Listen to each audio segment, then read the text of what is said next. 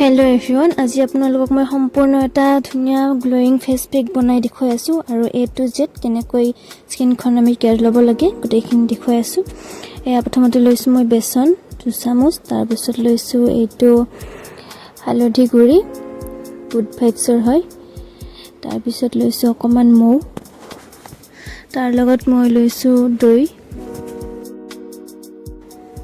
গোটেইকেইটা মিশ্ৰণ এনেকৈ লগ কৰি লৈছো, তাৰ লগত দিছো মই অকমান নেমুৰ ৰস, তাৰ পাছত গোটেইখিনি এনেকৈ মিক্স কৰি এটা ধুনীয়া ফেস পেক তৈয়াৰ কৰি ললো। প্ৰথমে মুখখন পানীৰে ধুই ললো।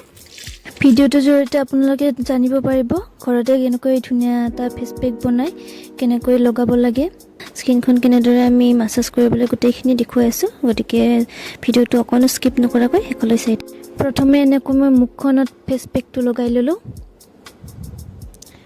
অকমান ডাটকৈ লগাইছো যেহেতু মই অকমান বেছিকৈ বনাই লৈছো পেকটো।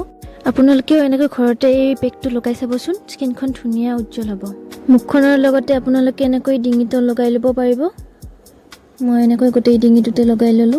গোটেইখিনি লগোৱাৰ পাছত অকমান ৰৈ গ'ল, গতিকে মই হাত দুখনত এনেকৈ অকমান লগাই ললো যেহেতু হাত দুখন অকমান ছানবাৰ্ণ টাইপৰ হৈ গৈছে। এতিয়া ডান। পেকটো লগোৱাৰ পাছত 20 মিনিট মান সময় ৰাখি মই এনেকৈ পানীৰে ধুই দিলো। এতিয়া আপোনালোকে মোৰ মুখখনৰ ৰিজাল্ট চাবচোন কেনেকৈ ইনষ্টেন্ট গ্লো আহিছে, দেখিছেনে? এতিয়া মই লগাম গুড ভাইবছৰ টোনাৰ আৰু ময়শ্চাৰাইজাৰ। গোটেইকেইটা প্ৰডাক্টে মই গুড ভাইবছৰ ইউজ কৰিছো, উপটানৰ হয়। প্ৰডাক্ট কেইটা ইউজ কৰি মই বহুতে ভাল ৰিজাল্ট পাইছো। এয়া প্ৰথমতে টোনাৰটো এনেকৈ লগাই লৈছো। টোনাৰ লগোৱাৰ নিয়ম আছে, টোনাৰটো এনেকৈ লগাই লৈ তাৰপিছত এনেকৈ হাতেৰে টেপিং কৰি দিব। আৰু এইটো হৈছে গুড ভাইবছৰে D10 গ্লো নাইট ক্ৰীম।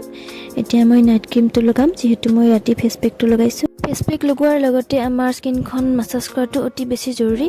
এনেকৈ ক্ৰীম লগোৱাৰ পাছত তলৰ পৰা ওপৰলৈ মাসাজ কৰি কাণৰ জইণ্টত এনেকৈ ভাইব্ৰেচন এটা দিব লাগে। আশা কৰিছো ভিডিওটো চাই সকলোৱে উপকৃত হ'ব, লগতে মোৰ চেনেলটো সাবস্ক্ৰাইব কৰি দিব।